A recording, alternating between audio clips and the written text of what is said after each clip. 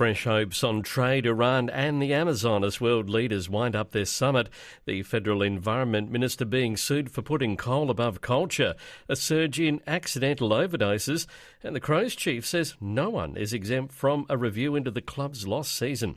ABC News with Paul McCarthy, good morning. The G7 summit has come to an end with the US president giving some hope there could be fresh talks with China on trade. Europe correspondent Samantha Hawley reports from France. The Prime Minister, Scott Morrison, attended his first G7 as an observer, saying he was pleased with Donald Trump's declaration that the US would restart trade talks with China soon. I am encouraged, I am pleased, but I am also mindful that we've been here before. Scott Morrison had a number of bilateral meetings on the last day of the summit, including with Italy's acting Prime Minister Giuseppe Conte and the British Prime Minister Boris Johnson. Mr Morrison says he hopes a free trade deal with the UK can be concluded in less than a year once Brexit is finalised. Meanwhile, Donald Trump says he'd be willing to meet with Iran's President Hassan Rouhani if the circumstances were right. The proposal was raised at the G7 by the French President Emmanuel Macron, but Mr Trump says he wants Iran to change its behaviour. They have to be good players, and they can't do what they were saying they're going to do, because if they do that, they're going to be met with really very violent force. We have no choice. So I have good feelings about Iran. I have good feelings that it'll work. I know many Iranians.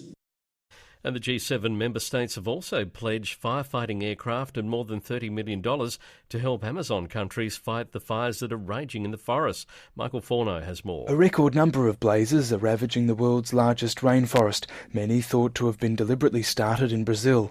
British Prime Minister Boris Johnson says the damage is devastating. We've seen in the Amazon rainforest a tragic increase in fires which are made more likely by deforestation. The French President Emmanuel Macron called the fires a global emergency and further criticised Brazil's handling of the disaster in an ongoing war of words with Brazil's right-wing leader Jair Bolsonaro. Mr Bolsonaro immediately rebuked the move and said an international effort to battle the fires would undermine Brazil's sovereignty. The watchdog on government advertising says claims made by the federal government about energy in pre-election advertising couldn't be verified. Matthew Doran reports from Parliament House. The Australian National Audit Office has reviewed the rules for government advertising and says it's time for an overhaul. The rules have been in place since 2008, but the Audit Office's latest report says there's still considerable public debate about the merits of government advertising, and that suggests the rules aren't working.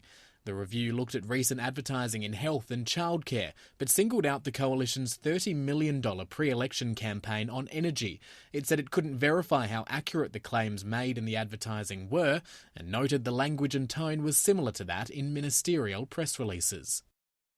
A decision to prioritise a coal project over the protection of Indigenous sacred sites has landed the Federal Environment Minister at the centre of a legal battle. Sarah Collard has more. The Gomeroi traditional owners in northwest New South Wales applied for land to be protected from the Shenhua Watermark coal mine due to its cultural significance. But the Environment Minister Susan Lee rejected their application, ruling that while the area was culturally significant, the economic and social benefits of the mine were more important. The Environmental Defenders Office's Brendan Dobby is representing the Gomeroi people and says it's an important test case. We can put a very strong argument that these decisions were unlawful. The minister declined to comment. It will be heard in court tomorrow. The Wilderness Society says the energy giant Equinor needs to formally consult with traditional owners along the Great Australian Bight over its plan to drill for oil next year.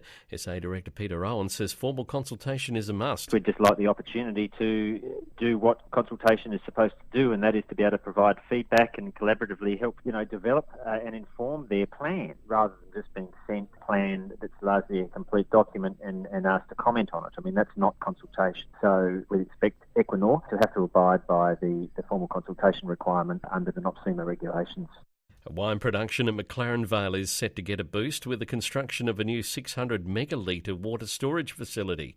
The Federal Infrastructure Minister Michael McCormack says a $7.3 million project will